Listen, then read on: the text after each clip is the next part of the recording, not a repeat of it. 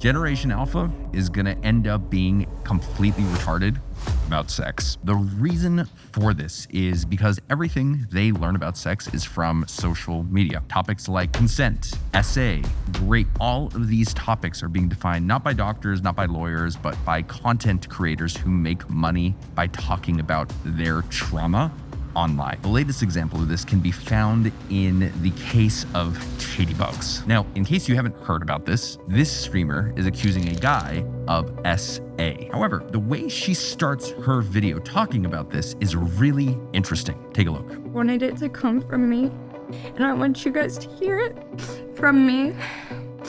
It's really hard for me to talk about, but I feel like it's important for other people to hear it. I'm sorry, I'm scared.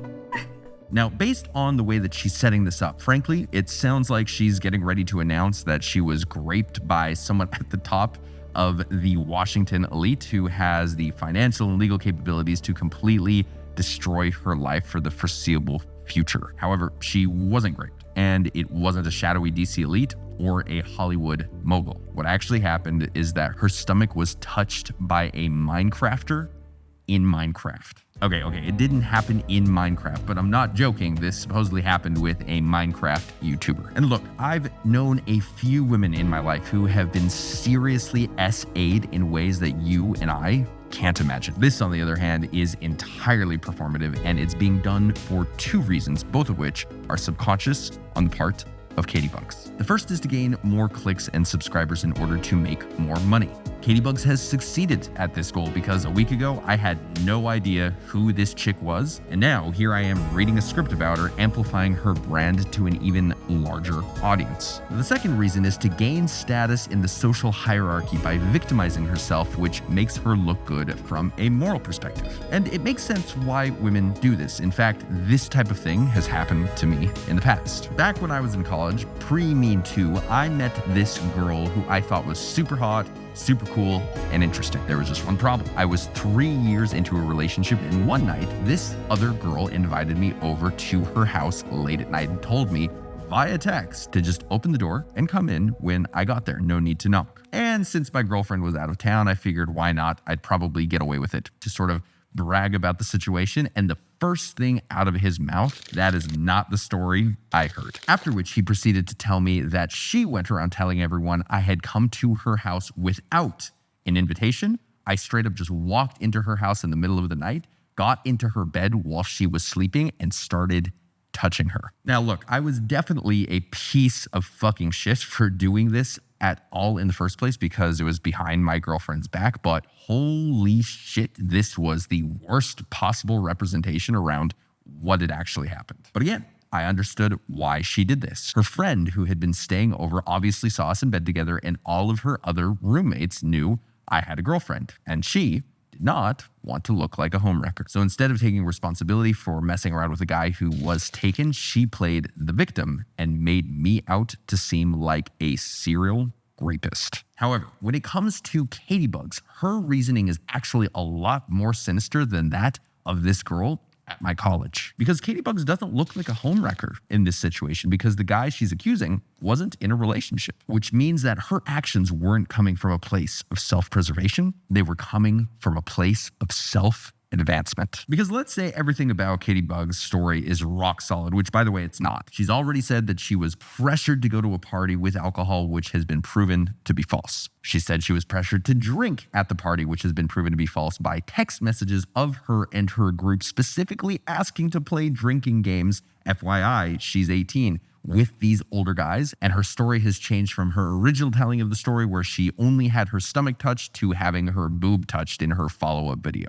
But again, let's grant her the boob touching, the peer pressure to drink, etc. Why not go to the police? Why deal with this by announcing it on Twitch? It's simple. Because she has no case. Because if this went to court, everyone in the room would verify that she never looked uncomfortable, that she was laughing and having fun with the guy she's accusing, and that every time she got up from cuddling him on the couch, she returned right back to where she was sitting and continued to cuddle him for hours. And then she'd have to explain all of the fun, flirty messages they exchanged on Instagram the weeks and months after the interaction, which she initiated. Instead of that, she chose to drag someone's name through the mud on social media because she knows that she can take advantage of society's toxic compassion, because that toxic compassion holds victimhood as its ultimate ideal and value. If you're able to wield this toxic compassion correctly, your bank account, your brand, and your reputation will grow exponentially in ways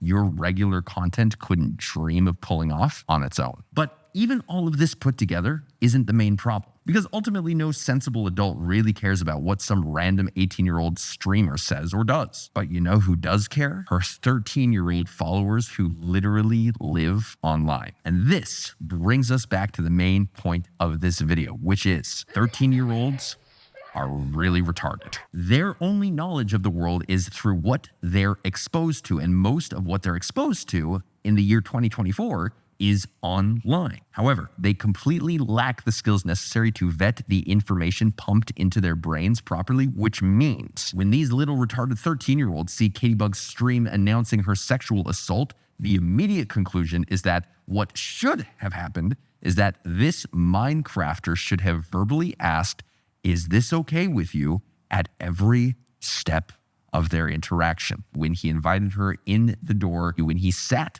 by her on the couch, when he put his arm around her, when he put his hand on her stomach/boob. But we live in reality, and in reality, any self-respecting woman can say beyond a shadow of a doubt, this is the least sexy type of behavior a guy can do in a romantic situation. The only type of woman who wants this type of behavior in a romantic situation are women in the West who have been recently traumatized and haven't gotten over their experience, in which case it's best to not sleep with them in the first place, or women who like to fake their trauma in order to gain leverage over the people around them. Normal women like to be led. They like guys to slowly and tastefully lead a romantic interaction in a way where they, number one, feel safe, and number two, they feel turned on via the use, and this is key, of non-verbal cues, because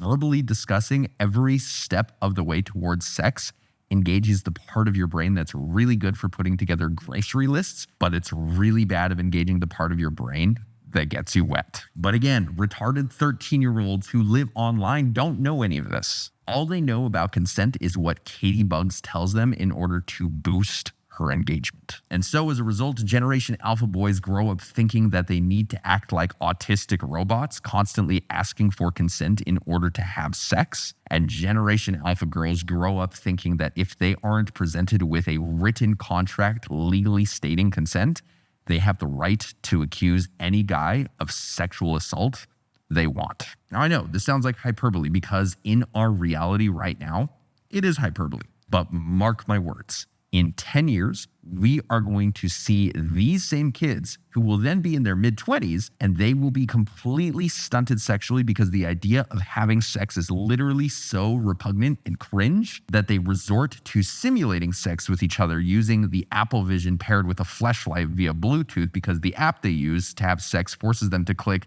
"Yes, I consent," which in their mind skips all of the horrible verbal affirmations of consent, lowers the risk of pregnancy and STDs, and it protects guys from accusations of sexual assault. The only thing they'll have to give up is the one thing that we've exclusively been hardwired to do as much as humanly possible for the last 3.5 billion years. And that, my friends, is the simple joy of having sex.